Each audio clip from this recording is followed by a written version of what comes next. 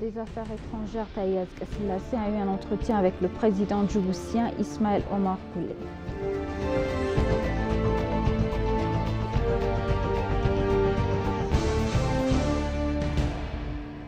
La ministre de la Planification et du Développement a annoncé que l'Éthiopie vise à atteindre une croissance économique de 8,3% au cours de l'exercice 2017 calendrier éthiopien.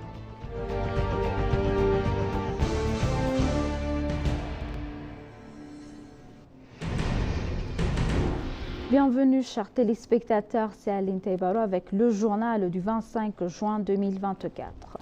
Le ministre des Affaires étrangères, l'ambassadeur Tayez Selassie, a eu un entretien avec le président djiboutien Ismaël Omar Guelleh. Selon les informations de l'ambassade d'Éthiopie à Djibouti, les deux ont tenu des consultations pour renforcer davantage les relations entre les deux pays et travailler ensemble sur des questions régionales. Par ailleurs, le ministre des Affaires étrangères, Tayez Selassie, a eu des entretiens approfondis avec son homologue djiboutien Mahmoud Ali Youssouf, ministre des Affaires étrangères et de la coopération internationale. La délégation conduite par le ministre Tayez s'est rendue à Djibouti pour une visite officielle. Les discussions ont porté sur le renforcement des relations bilatérales et sur la résolution des problèmes régionaux clés selon l'ambassade éthiopienne à Djibouti. Ils ont également discuté des moyens de renforcer les intérêts mutuels dans l'économie et le commerce ainsi que de faciliter les services portuaires.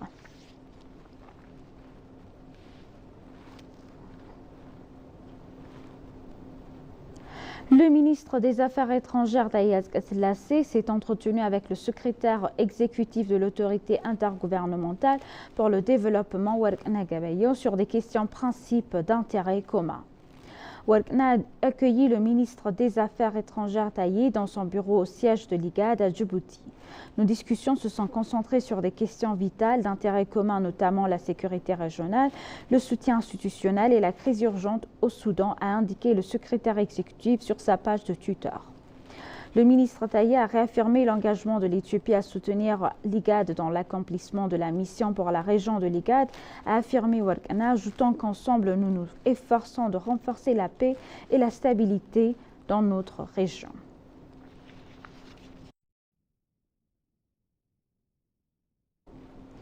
Le ministère des Affaires étrangères s'est engagé à explorer les opportunités de marché international pour les fabricants médicaux nationaux et vu d'encourager la compétitivité industrielle du pays. Des représentants et des dirigeants du ministère de diverses institutions ont visité l'exposition locale sur la fabrication et l'innovation de produits médicaux qui a été officiellement inaugurée samedi par le Premier ministre Abiy Ahmed. L'exposition vise à stimuler le secteur local de fabrication de produits médicaux et à mettre en évidence les opportunités d'investissement dans le secteur de la santé en Éthiopie en présentant des produits et services médicaux produits dans le pays. Suite à la visite de l'exposition, le porte-parole du ministère des Affaires étrangères, l'ambassadeur Nabiyou Tedla, a souligné l'importance d'élargir l'accès au marché des produits médicaux.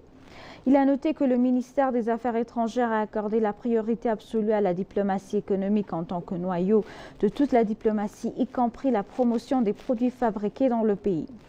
Pour sa part, la ministre de la Santé, Magda Staba, a indiqué qu'au cours des 3 derniers jours, environ 28 000 personnes ont visité l'exposition locale sur la fabrication et l'innovation des produits médicaux.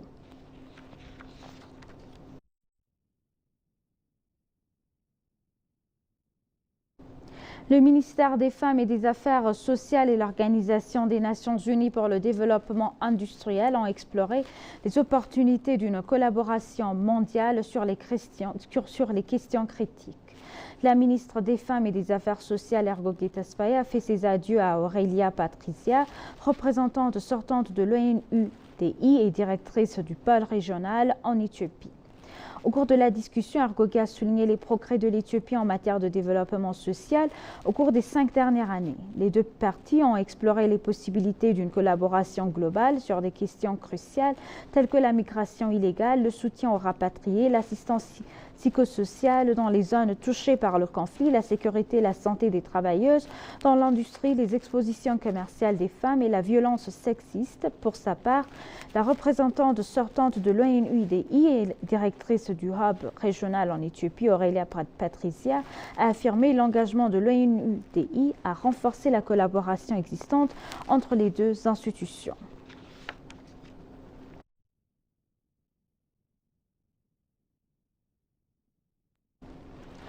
L'ambassadeur d'Éthiopie au Koweït, Saïd Mohamed Djibril, s'est entretenu avec le vice-président pour la planification du professeur Assad Al-Rachid dans l'université de Koweït.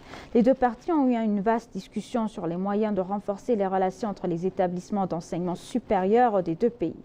À l'occasion, l'ambassadeur Saïd a exprimé sa gratitude pour les opportunités de bourse offertes chaque année par le gouvernement du Koweït aux Éthiopiens.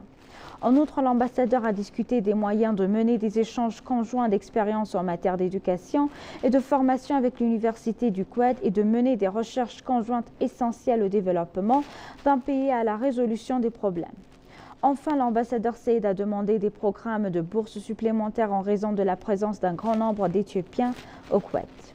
Le professeur Assad Al-Rachid, pour sa part, a mentionné que l'université du Koweït se réjouirait de travailler avec des universités éthiopiennes dans les domaines des sciences, de l'ingénierie, de la médecine, de l'énergie et de l'agriculture, ainsi que d'échanger des expériences en matière d'éducation et de formation.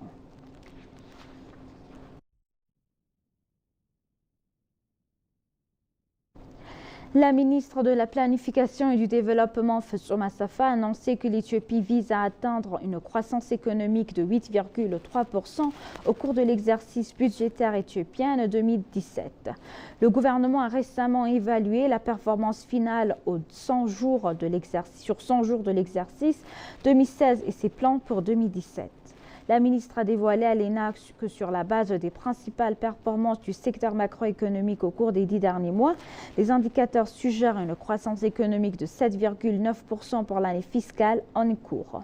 Elle a noté que l'exécution dans les secteurs de l'agriculture, de l'industrie manufacturière, des mines et autres permet la réalisation des objectifs de croissance économique fixés.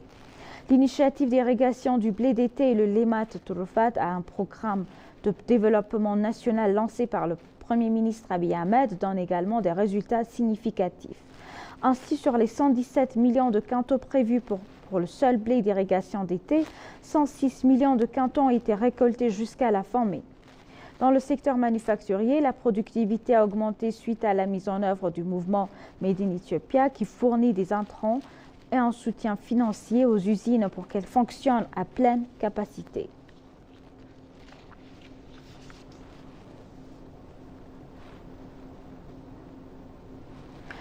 Le commission éthiopien à la gestion des risques de catastrophes Shfarot Eklamariam a déclaré que des efforts sont en cours pour créer une posture nationale forte capable d'autonomie face aux catastrophes naturelles et d'origine humaine en éliminant la dépendance. Dans sa présentation, l'ambassadeur Shfarot Eklamariam, commissaire de la commission éthiopienne de gestion des risques de catastrophes, a déclaré que pour surmonter la mentalité de dépendance, la sécurité alimentaire doit être assurée au niveau familial. Le commissaire a expliqué qu'il fallait travailler à éliminer la dépendance en augmentant la production et la productivité. Il a déclaré que la dépendance nie la liberté, nuit à l'économie et favorise un état d'esprit de tutelle. Pour surmonter ce problème, il a indiqué que le pays doit se concentrer sur le changement des mentalités et prendre des mesures, soulignant que des efforts coordonnés dans tous les secteurs sont cruciaux. Le commissaire a souligné que l'Éthiopie dispose de nombreuses conditions favorables pour aider à lutter contre la dépendance, citant comme exemple l'engagement du gouvernement et le public, les meilleures pratiques et les ressources potentielles. Il a souligné que la préparation et le travail acharné dans tous les secteurs sont nécessaires pour atteindre l'objectif national de vaincre la dépendance.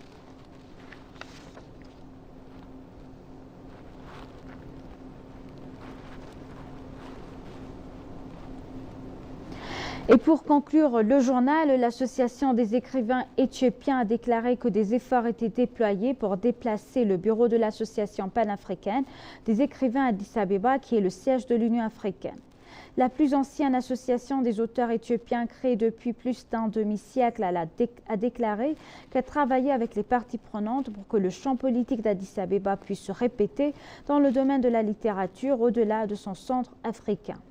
Le président de l'association, Aberat Adamou, a déclaré à Lisa Alena que l'Éthiopie est l'un des rares pays au monde à disposer d'un alphabet. Il a également mentionné que c'est un pays qui a une grande empreinte en termes de début de littérature. En outre, il a mentionné que l'Éthiopie est à l'origine du panafricanisme. Ainsi, des efforts sont déployés pour faire d'Addis Abeba le bureau de l'Association panafricaine des écrivains, à l'instar d'autres institutions, d'une manière qui reflète la position et l'histoire de l'Éthiopie. Dans le passé, de nombreux spécialistes de littérature africaine ont rappelé qu'ils avaient été émerveillés par l'histoire de la littérature éthiopienne lorsqu'ils visitaient les traces de la première civilisation éthiopienne à l'invitation de l'association. Il a déclaré que des efforts étaient déployés pour promouvoir l'Éthiopie en amenant le bureau de l'association panafricaine des écrivains en Éthiopie qui rassemble les écrivains africains.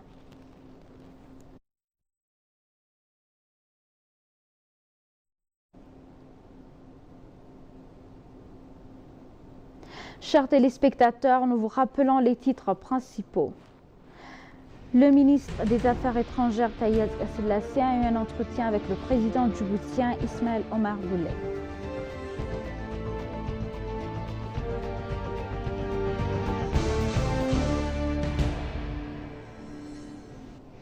La ministre de la Planification et du Développement a annoncé que l'Éthiopie visait à atteindre une croissance économique de 8,3% au cours de l'exercice 2017 calendrier éthiopien.